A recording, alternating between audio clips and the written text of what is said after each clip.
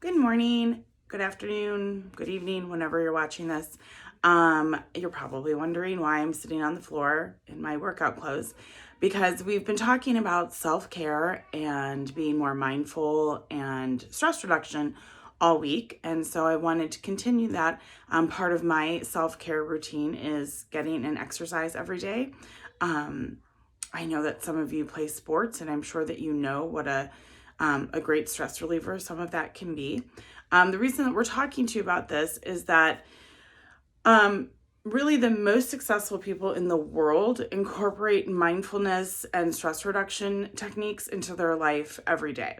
So you'll find that many CEOs of big corporations and entertainers, celebrities, athletes, they consistently work on their mind and on their stress relief and on their mindfulness, because the most powerful tool that we have in our entire world is our minds.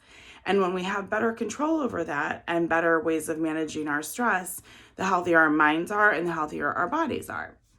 So the one thing that I would like to teach you today is a breathing technique that you can do pretty much whenever and wherever you need to. And that is the 4, 7, and then 8 breaths. So what you're going to do is you inhale for 4 counts, hold for 7, and then exhale for 8. And when you're exhaling, if you're doing this in a place where you can have the opportunity to close your eyes, or if you're really good at visualization, what I would like you to visualize is things that are stressing you out. Like, so remember when you're little and you have a bubble wand and you go and you blow the big bubbles? Well, in your mind, you're going to practice making bubbles, pretend ones, and in your bubbles, you're going to stick the things that are bothering you. So they're going to just float away like a bubble. And you're probably thinking, Mrs. Narduzzi, that's ridiculous.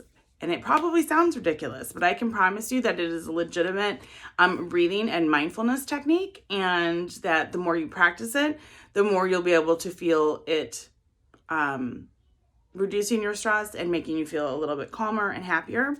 One thing that you can also do while you're visualizing this, so if you have an opportunity to do this with your eyes closed, you can visualize yourself surrounded in like a white bubble. And then if you could visualize the negative bubbles that are flying away with your negative thoughts and stressors in pink, that will also help. And you're probably thinking again, she's a little crazy, but I'm not, I promise. And I promise it will help you. So I'm going to do it one time so that you can kind of see. And I'm going to try to use my fingers when I count, but because I'm like really actively thinking on my breath, I'm not sure how that's going to work, but we'll see. Obviously, I can't do 2 things at once. So here we go. I'm going to sit up tall so that I can open up my lung space so they have a bigger opportunity to expand. And I'm going to take one deep breath, and here we go.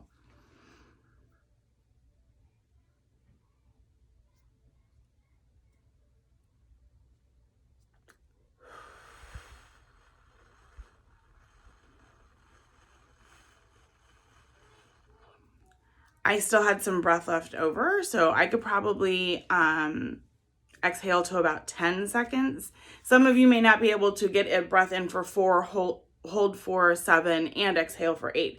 Because if your lungs aren't used to working that way, they won't do that necessarily right away. You'll feel like you're like holding your breath, or that your lungs can't expand that way. One way to get yourself thinking about how your lungs can expand is try practicing on the fact that your lungs are pretty big. They're pretty big. And you want them to inflate from the bottom, which is where, like in your belly, so a belly breath, all the way up to where you can't get another breath of air in there.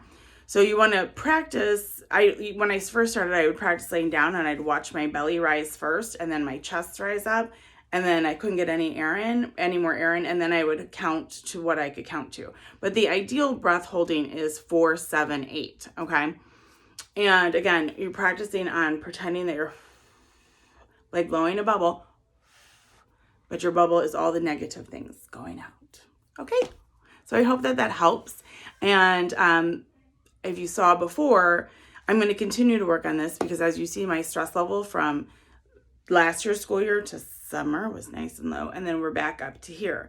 And I know that that's unhealthy. So I'm sure all of you are in a very similar situation. We obviously have less stressors in the summer than we do during the school year. And some of you are going off to college, and that will continue. Others of you are going into the workforce. But having ways to control your stress and how that's affecting your body, because it does. It has lots of negative effects on your body, heart disease, diabetes, our mental health. So the more that you can control that through simple things like breath, it gives you more tools to take back power for yourself. Okay, bye.